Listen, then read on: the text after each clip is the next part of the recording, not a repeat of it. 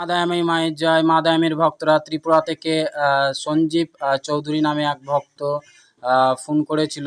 তো তার মনটা স্থির মানে চঞ্চল হয়ে যাচ্ছে, তার জন্য মানে ওকে অস্থিরতা লাগছে। তার জন্য বলছে, দাদা কি কারণে আমার মনটা চঞ্চল হচ্ছে, একটু হাত চালান করে জানাও।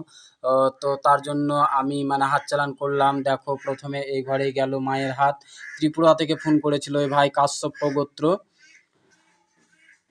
তো দেখো এই ঘরেই দুবার গেল। এই ঘরটা ঠাকুরের ধরেছিলাম, কি ঠাকুর আছে তার জন্য মনটা অস্থির করছে, ঠাকুরেই অস্থিরতা করছে। আর এই ঘরটা মানে খারাপ ধরেছিলাম, কি খারাপ কেউ করে রেখেছে তার জন্য। তো খারাপ কেউ করে রাখেনি, ঠাকুরের জন্য মানে ওর কাছে ঠাকুর আছে তার জন্য মনটা চঞ্চলতা হচ্ছে, হয়তো পুজো টুজো নেবে তার জন্য।